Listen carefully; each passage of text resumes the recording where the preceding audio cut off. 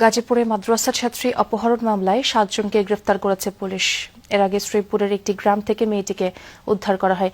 অপহরণ মামলায় বলা হয়, ওই মাদ্রাসা ছাত্রীকে বেশ কিছুদিন ধরে উত্ত্যক্ত করছিল আবিদ নামে স্থানীয় এক যুবক। প্রতিবাদ করায় মেয়েটিকে ভয় ভীতি দেখানোর পাশাপাশি অপহরণের হুমকি দেওয়া হয়।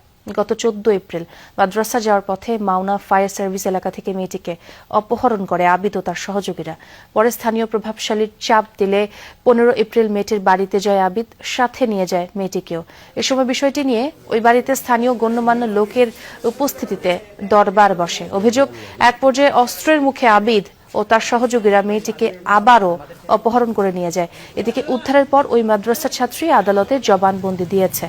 পুলিশের সাথে কথা বলে জানা যায়, আবিদের সাথে স্বেচ্ছায় বাড়ি ছাড়ে মেয়েটি।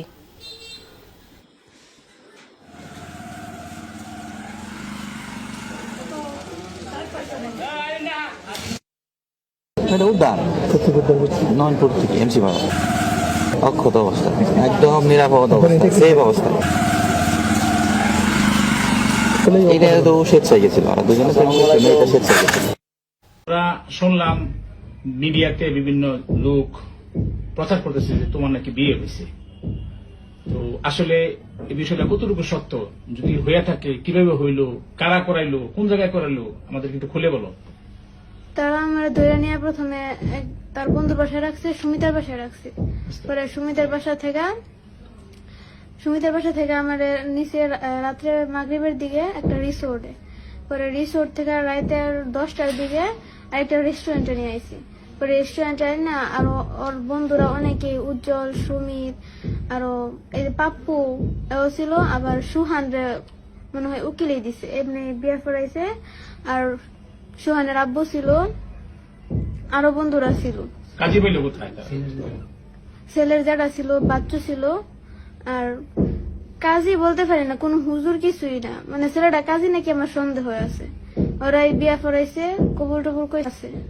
কিন্তু তারা তোমার ভয় দেখে জোর করা করাইছে। হ্যাঁ, যদি কবুল না করতে তাহলে এরকম মেরে ফেলবো, এরকম কিছু হুমকি দিছে। হ্যাঁ, হুমকি দিছে। তোমার নাম কি? ফারিহা। তোমার বাবার নাম? হাদিউল ইসলাম। তোমার এলাকা?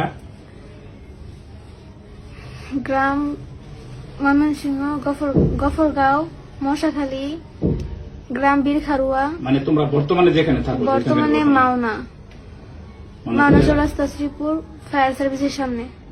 আচ্ছা, তো আমরা তোমার একটা সাক্ষাৎকার দেখলাম বর্তমানে মিডিয়াতে, ঠিক আছে? তো এটা কি আসলে তোমার সাক্ষাৎকার?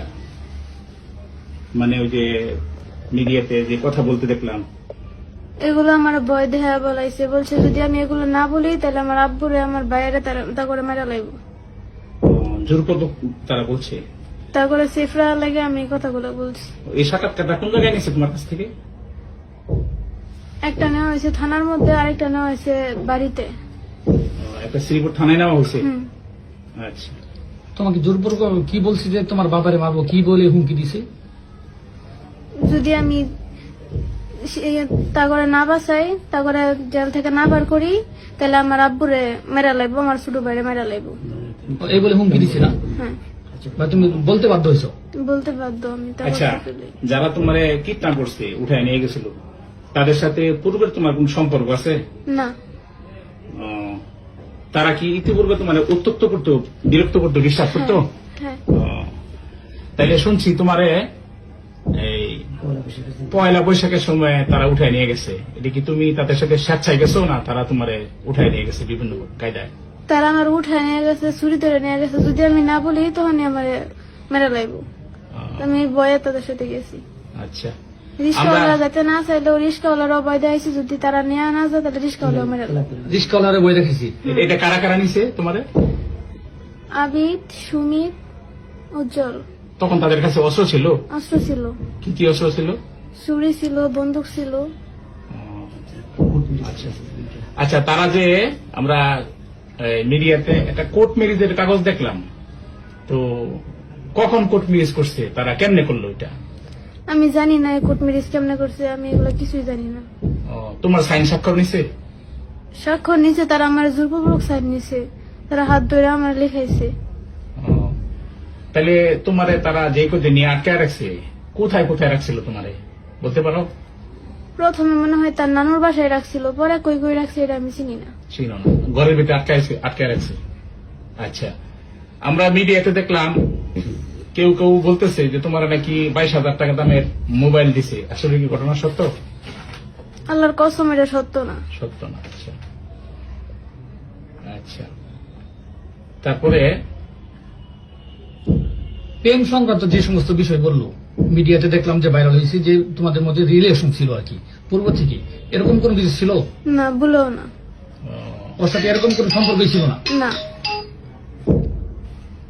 আচ্ছা, এখন ওই যে মিডিয়াতে যা যা প্রচার হয়েছে, বিভিন্ন জন বলতেছে তার সাথে তোমার সম্পর্ক ছিল, প্রেম ছিল, তুমি স্বেচ্ছায় গেছো গা, হ্যাঁ ইচ্ছা করে গেছো গা, এগুলো কি সত্য? এগুলো ভুল। আচ্ছা, এগুলো বল তো বলছি। আর আপনার যে ব্যভিচার হয়েছে, জুলুম হয়েছে, সেই সম্বন্ধে তুমি বলো কি চাও? আমি তারপর বিচার চাই। আচ্ছা, দেশবাসী কি তোমার জন্য বিচার করবে? আইন প্রশাসন যা আছে এদের কাছে তুমি কি বিচার চাও না? আমি সবার কাছে বিচার চাই। তাদের কি কিরকম শাস্তি চাও তুমি? কিরকম জুলুমটা তোমার উপর করা হয়েছে, কিরকম শাস্তিটা চাও? তোমার মাসে আঘাত করছে তারা?